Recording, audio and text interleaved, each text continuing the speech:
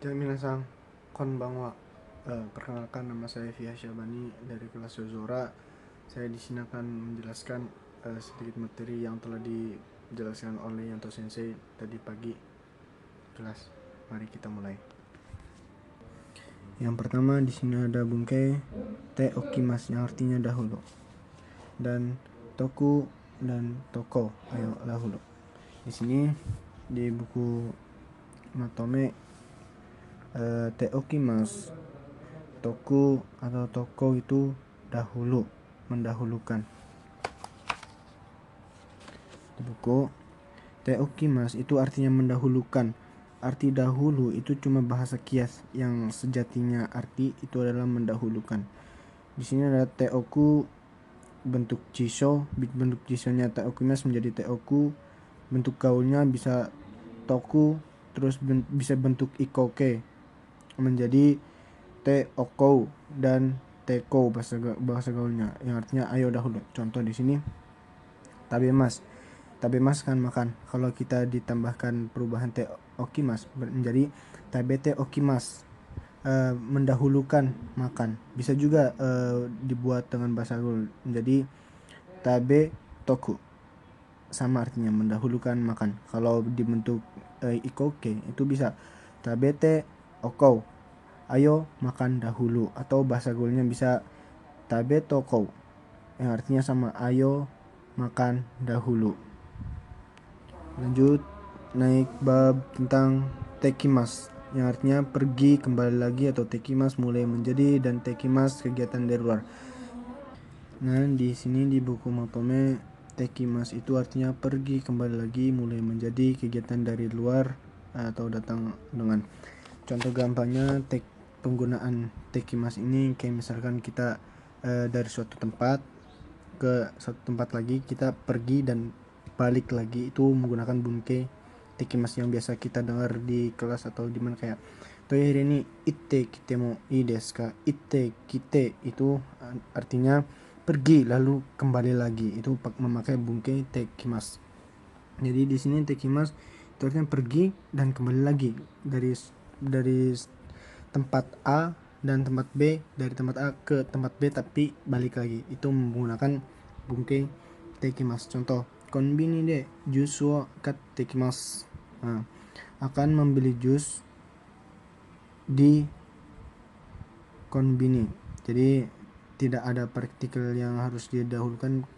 Kalau tidak ada yang harus didahulukan, partikel seperti partikel wa, ga, mo, dan lain-lain, itu kita dari belakang semuanya. Akan membeli jus di konbini. Jadi kita pergi ke konbini untuk membeli jus dan lalu kembali lagi.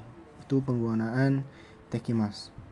Penjelasan tentang nanani ru yoni narimas. Ru bentuk futsuke bertemu dengan yoni, dan narimas ini mulai menjadi yang menggunakan perubahan kanoke. Nah, di sini kanoke bentuk mas dihilangkan, ditempelkan dengan ru yoni narimas. Itu artinya mulai menjadi bisa. Ini menggunakan terjemahan dari belakang. Contoh hiragana ga kakeru yoni narimashita, telah mulai menjadi bisa menulis hiragana. Nah, lanjut kita ke bungkai te ikimas yang artinya pergi dengan, atau akan terus, atau akan memulai berjalan. Di sini bentuk te ikimas itu pergi dengan, atau akan terus menerus, atau tetap akan memulai atau berjalan. Nah, te imas di sini mas dihapus, bisa menggunakan suzuki mas yang artinya akan terus atau tetap. Di sini te ikimas itu pergi dengan, atau akan terus, atau akan tetap, atau akan mulai berjalan. Sama dengan mungkin suzuki mas, tambahan suzuki mas akan terus. Contohnya di sini obento o motte kimasu, akan pergi dengan membawa bekal. Contoh yang suzuki masnya sama yang artinya akan terus. Nihongo no benkyou o suzukeru, akan terus belajar bahasa Jepang. Nah, lanjut tentang perubahan ikeoshi dan nakeoshi yang dibentuk menjadi, kalau kata sifat i berubah menjadi ku, kata sifat na berubah menjadi ni, yang artinya yang. Satu dengan kalimat aktif dan yang keduanya pasif dan tidak ada arti. Contoh di sini hayaku kaerimasu, pulang dengan cepat. Kalau kata sifat bertemu dengan kata kerja yang aktif, maka perubahan kunya artinya dengan.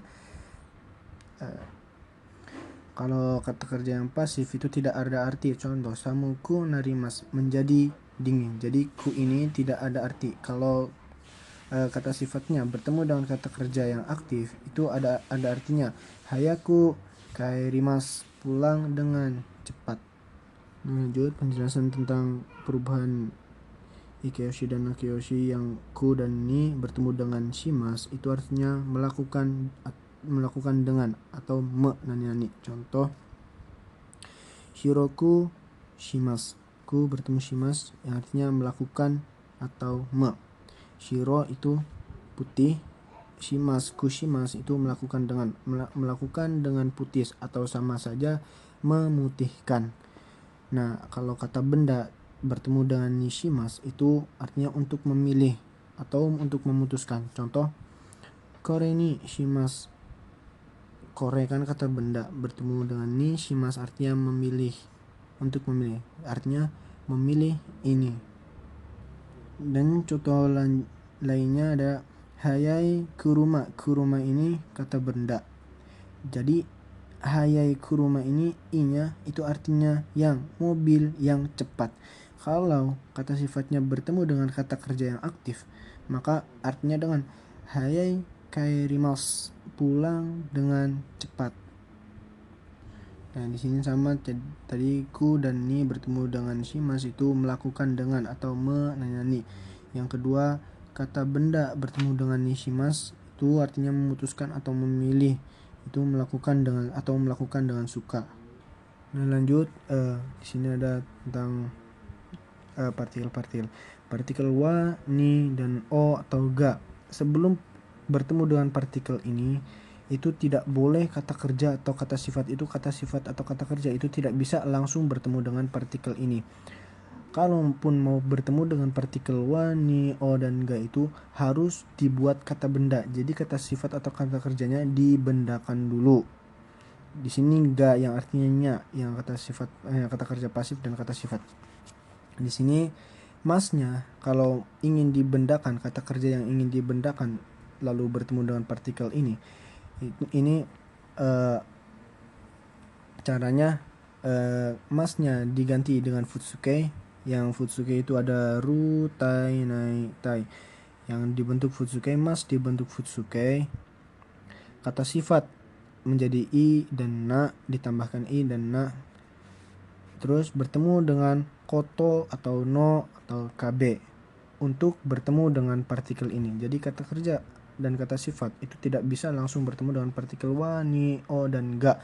Harus dikata bendakan dulu. Caranya gimana? Caranya kalau kata kerja masnya itu dihapus, dibentuk futsu, mas dibentuk futsu, ru, na, ru, ta, nai dan tai.